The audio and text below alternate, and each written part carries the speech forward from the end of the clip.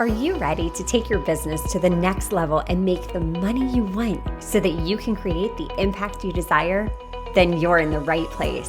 It's possible to run a successful business built around your life. Get ready for a little bit of tough love and a whole lot of strategy to grow your business without sacrificing your sanity. If you're ready to get out of your own way and step into the role of CEO, then let's go. I'm Amy Traw, and this is the Motivated CEO Podcast. Are you tired of investing time, energy, blood, sweat, and tears into social media strategies that aren't converting, that aren't leading to those aligned clients? If so, listen up. This episode is a must listen. Today, I am joined by Jan Ditchfield, and we are talking all about ditching social media, ditching those efforts that are not leading to conversions. And she has done this successfully, and I'm excited to pick her brain as to how we can integrate this into our own businesses so that we are really protecting those valuable assets. Jan is an award-winning business strategist and podcast host. And with that being said, Jan, I am so excited to have you here today. I am so happy to be here, Amy. Thank you very much. Oh my goodness, absolutely. So let's dive right in. This concept of ditching social media, what made you decide, you know what, I'm going to do it my way? I'm done spending hours on social media. I think for me, what it really came from is I am a data-driven person. So I spend a lot of my time watching numbers. I am all about back-end systems. I teach the boring parts of business, so I follow the boring things. And for me, it was really came down to I was teaching in one of my mastermind and talking about, watching to where your leads are coming from and being really cautious about putting your effort where you're actually seeing return on it. And then I audited my own work and I was like, this is not where my leads come from. This is not where I get a return. Why am I continuing to do all of this work when I could be putting it in other areas that serve me better? And that's really where it came from. Plus, feeling like a little bit of friction, right? I'm not enjoying Yeah. it as much as I used to. So it's my business. I'm allowed to step away from it. Yeah, and I think a lot of us don't give ourselves that permission. We know something's off. We feel that friction, but we're so attached to it that we don't want to give it up because it's those little dopamine hits, right? Like it's that instant gratification. But when you take the time to really zoom out and look at the data, it's obvious. Like, wait a minute, what's working in my business? What's not? And I feel like that's a missing piece that you just described there for so many business owners. Like, what's actually working for you and your business? And we forget that we have that control. Now, is this to say you don't have any social presence now, or are you still leveraging it in your business, but strategically or in a different way? I'm still there and it's very strategic how I'm using it because I didn't want to make a full departure off of it because one, I have so much content that I've created and I just don't want to have my account basically kill my own account. But also I have a lot of people there who do engage with me. So for me, it was all about dropping the feed. That's what I put my effort and energy in saying, I'm not going to go there anymore. I'm going to stay in stories and be more strategic how I use it, but not feel pressured to show up daily. Yeah, no, that's such a good point because we do put all that pressure on ourselves to show up because that's what everybody says we should do. In order to grow your account, you should do this, you should do that. And there's so many shoulds that it just ends up stressing us out. So you said you're spending your time in your stories. Are you using this to sell? Are you using this to nurture? Like, what is that process looking like for you? I stopped using social media for growth about, I'd say maybe 6 months ago. I decided I was like, this wasn't really where I was seeing growth. My podcast is where I get most of my growth from. So I had moved and started nurturing my audience and really focusing more on creating content for the people that did follow me. And so that's just carried over into my stories. And I think for me, stories are I feel more natural in them. I'm able to just jump on and, say something to camera. I'm still very strategic with what I'm saying, but at the same time, it's not as rigid feeling as what the feed started to feel like of having to be like, am I using the right hashtags? Am I keyword stuffing? Am I doing all of those things instead of really just trying to build real, authentic relationships with the people that I'm here to serve? And that's just much easier to do in stories. Yeah, 100%. I agree completely. Especially, building those relationships. And that's what it all comes back to is connection. And when we're recording this episode, it's fairly recent that Meta just made some new announcements about, oh, we're adding these different tiers and structures. And, if you want us to put your account in front of more people, then, buy this and do that.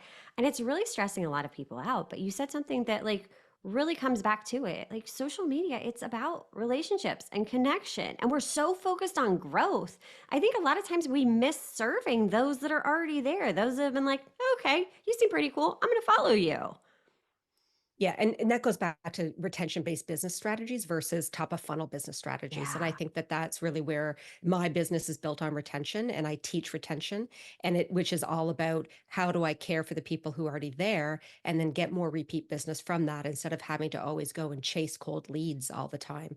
And we do need the growth, but also we don't need growth only. There's other ways to do it as well. So I think that for me, the biggest aha moment was realizing that, when we moved to online and I came from the real world, that's where I was, real world business, and then moved online, that social media became the only thing we ever heard about as far as marketing. And it got drilled into our heads that if we were not doing social, we wouldn't have a business. And the reality is there is a single tool in your entire marketing arsenal. So if it doesn't work for you, there are other places we can go and other things to do. So I think that's really for me what the motivator is to play other places. Yeah. And I think that people forget too that it is an investment of time. So, yes, it's a free quote unquote platform, but at the end of the day, we don't own that content. It can all be lost at the drop of a hat. I mean, if Instagram or any of these platforms deems that, you know what, I don't like your content, or there's something that you said that like tripped the algorithm, like there's so much that's outside of our control that really building and nurturing those relationships and just humanizing our brand, like, doesn't that just feel good? Just connecting with others and using social as a tool versus a weapon, because it is a slippery slope. We go down this slope of, okay, everybody else is doing this, so I have to conform. I want to be accepted, so I have to start doing nothing but reels. When in reality, the reels are just stressing you out. They don't feel good and they're not leading to clients.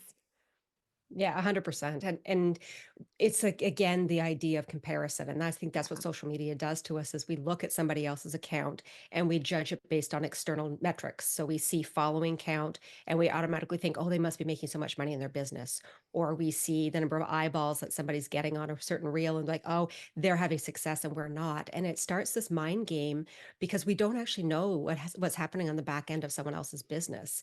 And like myself, I have a very small following, I have a small audience, I have a multiple six-figure business. And it's not about, again, the size of the audience, it's about the quality of the audience. And that's the piece we keep forgetting in the conversation, which is, do we know how to bring quality leads in and then how to nurture those leads into conversions versus just always chasing the next dopamine hit, like you Yeah. mentioned before? Yeah, really those quality leads. That's what it's all about. I mean, even for myself, I have a very, very small following in the grand scheme of things, but I have the right people in my Yeah. world. And that's what it's all about. I don't care about that number. I care about the conversions. I want to see, okay, exactly what is converting, where is it converting, how is it converting, and leaning into that. And for me, something you mentioned too is your podcast is a very big piece of your business, and so is mine, because this allows us to really build that know, like, and trust, provide value, really like all encompassing all of these things. And then that's my long form content. That's what I use to create all of the other content from. So now business gets to be fun, it gets to be easy. And I'm not just going, oh my gosh, I have to post something today. What am I going to post, to get 3 likes? No, I would rather have a really small, engaged audience than tens of thousands of followers that are never buying anything. Yeah, exactly. And the thing that I always say about my podcast is like, this is my opportunity for people to really get to know me, but also Yeah. for me to show how much I know on my subject matter. And I can't teach in 8 seconds on business the way that I can on off my show. Like there's nothing I can say or do in 8 seconds to help somebody's business get better. There's just, and I wouldn't even lay claim to that because it's not what I do. It's, business, as well. It's much more complex than what a reel allows us to do and talk about and engage with. And I just don't want to be the person that's, trying to, you know, dull down the importance of actually learning how to do business well. And it's just not, I can't do it on social. Other things I can do on social, like I like doing funny things on social, but when it comes to actually showing and helping, that's definitely through long form content for me. Yeah. I would love to hear your take. What's your take on trends and trying to go viral? Well, I've never been viral, so I don't know. Same. Maybe if I was viral once, I'd have a different opinion on it, but I don't, just I've never. Again, I think it's just tactic chasing. And one of the things that gets caught with tactics is that downward slide that happens where people get stuck in the messy middle because there's a natural dip that happens in business for all of us at some point, no matter how long we've been doing it or how much success we have. And when that dip happens, what most people lean into are tactics and trends to try to get things out again instead of understanding that that's a time really of an inflection point when I need to learn how to do business differently. So the more you do the tactics and the trends and the chasing and everything, the further you put yourself into the hole. So I'm not a fan of them. I think it's just quick wins. I think they're promoted all the time to women very differently than to men as well, because women are marketed to differently. We're encouraged to do more of the fluffy things like, follow your dreams and don't worry about the money. It'll just all happen. And I'm the other end of being like, no, no, no, let's write a really solid business plan and be very strategic about how we're going to get the money. And then you still can be passionate about what you do, but you can pay your mortgage at the same time. So to me, trends and tactics aren't the thing that are going to get you there. You are speaking my language. Oh my goodness. I'm the same way. I've never gone quote unquote viral before, and I don't want to. Honestly, like, I do not ever want to go viral because I know several accounts that have, and it kills their engagement. Like your engagement rate is based off of your following. So, therefore, if you have a ton of followers and nobody's engaging, like that's really killing your account. So, I'd rather really focus on building those relationships, on building a sustainable business. Exactly like you said, it is amazing to me how many business owners out there are just winging it, doing all of the strategy chasing. But you need to build a solid foundation first. You need to be treating your business like a business. That's what leads to the ability to scale so that you're not in the thick of your business every single day. And we forget that because it's not glamorous, it's not sexy, it's not the fun stuff. Really, who wants to sit down and get real about your numbers? Because it's scary. It can be very scary for a lot of business owners because we're starting to tie that to our worth. And it's like, no, you don't need to tie your number in your bank account to your worth. It's all about strategic and getting curious. Okay, well, this number is not where I want it to be. What can I do different? Or, oh, wow, this number is really good. What am I doing?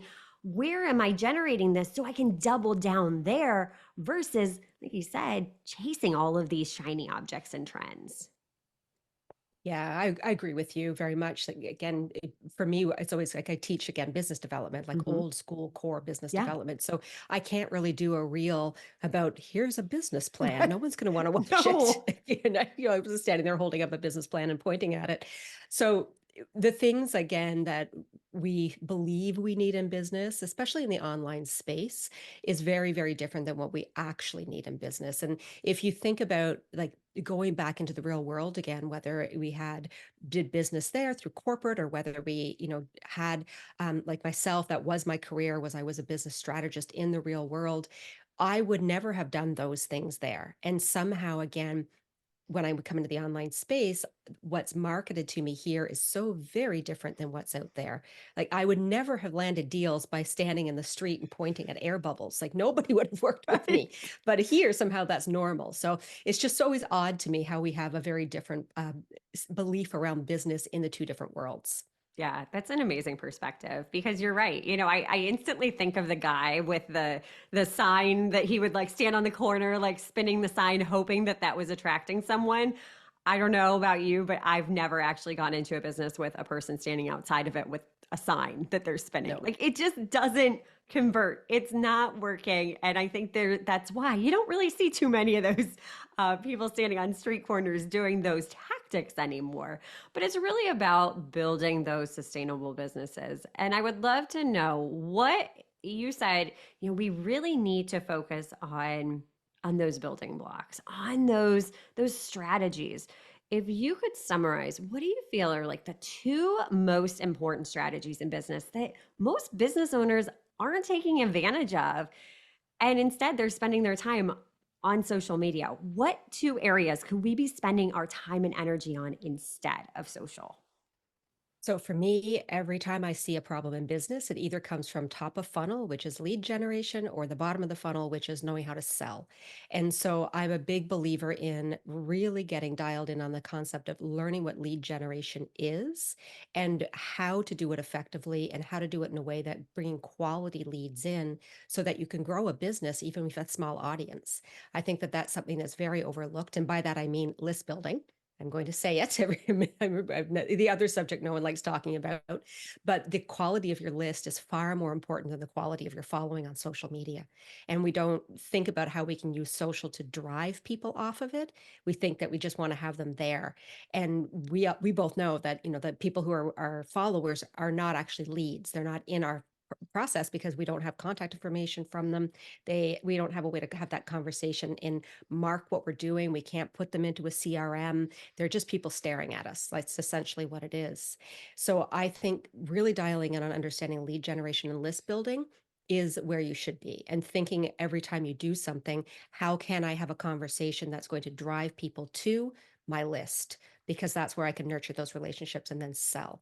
And then the other part of it is learning actually how to sell. And that is something that I see women struggle with all the time. My own women do that I work with as well, is really dialing in and on learning that skill, right? It's an art skill to be good at sales and not be ashamed to ask for money or not feel as though they're not worthy of asking for money. And so that's the other area. I always say, if you can master those two parts, the rest of it you'll figure out. But it's going to be the top and the bottom all the time that are the things that keep us going. So, bring them in, Yeah. keep them with you, your business will grow. That's really what the focus should be on. Yeah. I love what you said too about, selling is a skill. It's just like anything else. And we expect ourselves to be so good at this new thing.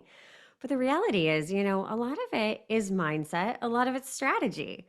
Which one do you feel like holds more women back? Is it the mindset piece? Is it the strategy? Or is it pretty much 50-50 both? I think it's a little bit of a combination of both, to be honest. And Yeah. I'm always said like I'm the person who's never really I don't talk about mindset that much. It's because Hmm. I have a bit like I'm pretty dog headed about, we're gonna succeed and we're just gonna get her done.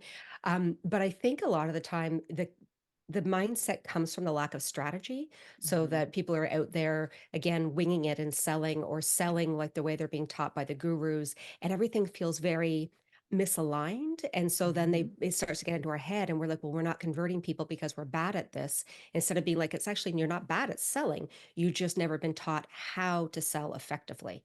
And so when we don't get what we want, you said before, we start to measure our worth based on things that are actually not important, like following counts and how much money we've made on the last launch. I'm the person who always also says that the success of your business is never determined by one single launch. It's by a complete year and the strategy and the plan. So we have to stop thinking about everything in the moment and start thinking about it more like we're here. It's a marathon, what we're doing, right? So we one water station at a time, and that's where our success will come from. Yes.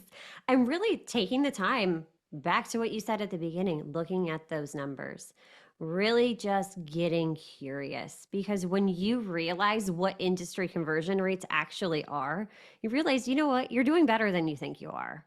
A lot of times we're like, oh, only 3 people signed up for my thing. And it's like, okay, well, let's go through it. How many people registered? How many people showed up live? How many people, and you start to break that down and you realize, okay, if you had X number, like that's a really good launch. That's perfectly on par with industry standards. I just had the conversation with a friend the other day. She's like, but only 2 people bought. I'm like, okay, that's amazing. You are right on standard. Now what you're going to do is you're going to serve the heck out of those exactly as you said. So now you can retain them. So now that they want to be in your world, now you're top of mind. So then they start referring you out.